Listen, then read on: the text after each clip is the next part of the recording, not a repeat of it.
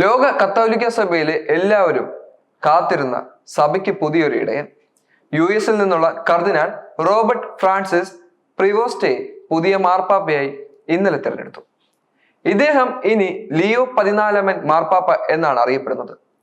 US നിന്നുള്ള ആദ്യ മാർപ്പാപ്പ, ഡൊണാൾഡ് ട്രംപിന്റെ രാജ്യത്തിൽ നിന്നും പുതിയ മാർപ്പാപ്പ. ഇതിൽ രാഷ്ട്രീയ സ്വാധീനമുണ്ടോ?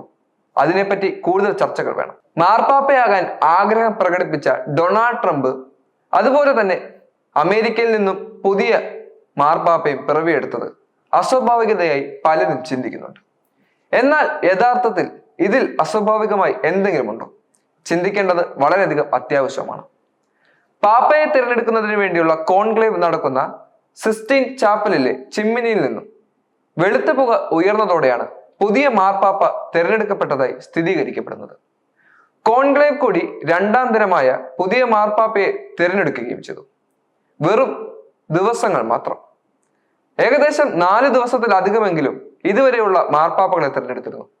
തിരഞ്ഞെടുക്കപ്പെട്ടതിന് പിന്നാലെ പുതിയ മാർപ്പാപ്പ സ്ഥാനവസ്ത്രങ്ങൾ അണിഞ്ഞ് സെന്റ് പീറ്റേഴ്സ് ബസിലിക്കയുടെ ബാൽക്കണിയിൽ എത്തി വിശ്വാസികളെ കാണുകയും ചെയ്തു.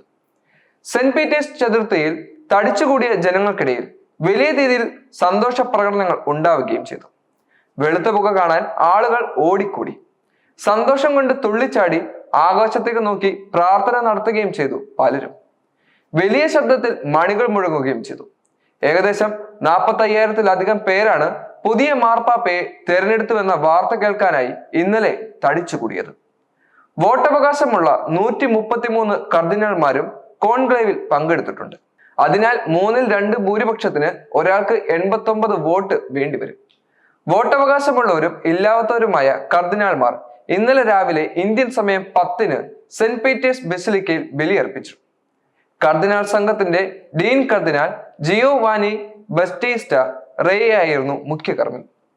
1955 സെപ്റ്റംബർ 14-ന് ചിക്കാഗോയിൽ ജനിച്ച കർദിനാൾ റോബർട്ട് പ്രിവോസ്റ്റ് 1973-ൽ ഓർഡർ ഓഫ് സെന്റ് അഗസ്റ്റിന്റെ മൈനർ സെമിനാരിയിൽ സെക്കൻഡറി പഠനം പൂർത്തിയാക്കി. 1977-ൽ വില്ലോനോവ യൂണിവേഴ്സിറ്റിയിൽ നിന്നും ഗണിതശാസ്ത്രത്തിൽ ബാച്ചലർ ഓഫ് സയൻസ് ബിരുദം നേടുകയും ചെയ്തു. പുരോഹിതനാകാൻ തീരുമാനിച്ച പ്രിവോസ്റ്റ് 1977 സെപ്റ്റംബറിൽ ഓർഡർ ഓഫ് സെന്റ് അഗസ്റ്റിനിൽ ചേർന്നു. 1978 സെപ്റ്റംബറിൽ ഓർഡറിലേക്ക് തന്റെ ആദ്യ വ്രതമെടുത്തു. 1981 ഓഗസ്റ്റിൽ ഗൗരവ വ്രതം സ്വീകരിച്ചു. അടുത്ത വർഷം 1982-ൽ ചിക്കാഗോയിലെ കത്തോലിക് തിയോളജിക്കൽ യൂണിയനിൽ നിന്നും മാസ്റ്റർ ഓഫ് ഡിവിനിറ്റി ബിരുദം കരസ്ഥമാക്കി. 1984-ൽ റോമിലെ pontifical college of Saint Thomas അക്വാനിസിൽ നിന്നും കാനൻ ലോയിൽ ലൈസൻഷ്യേറ്റും 1987-ൽ ഡോക്ടർ ഓഫ് കാനൻ ലോ ബിരുദവും നേടി. 1985-ൽ പ്രിവോസ്റ്റ് പെറുവിലെ ഒഗാസ്റ്റിനിയയിൽ മിഷനിൽ ചേർന്നു. 1985, 1986, 1988, 1998 കാലഘട്ടങ്ങളിൽ പെറുവിൽ ഇടവക വികാരിയായും ഡയോസിഡൻ ഉദ്യോഗസ്ഥനായും സെമിനാരി അധ്യാപകനായും അഡ്മിനിസ്ട്രേറ്ററായും സേവനമനുഷ്ഠിച്ചു. 1985 മുതൽ 1986 വരെ ചുലുക്കാനസിന്റെ ടെറിട്ടോറിയയിൽ പ്രലാച്ചൂറിന്റെ ചാൻസലർ സേവനമനുഷ്ഠിക്കുകയും ചെയ്തിട്ടുണ്ട്. 1987-ൽ ചിക്കാഗോയിലെ ഓഗസ്റ്റേനിയൻ പ്രൊവിൻസ്റ്ററിന്റെ വൊക്കേഷണൽ പാസ്റ്ററായും മിഷൻ ഡയറക്ടറായും പ്രവർത്തിച്ചു. 1988-ൽ അദ്ദേഹം പെറുവിലേക്ക് തിരിച്ചു മടങ്ങി. അടുത്ത 10 വർഷം ട്രൂജിയയിലെ ഓഗസ്റ്റീനിയൻ സെമിനാരിയുടെ തലവനായി മാറി.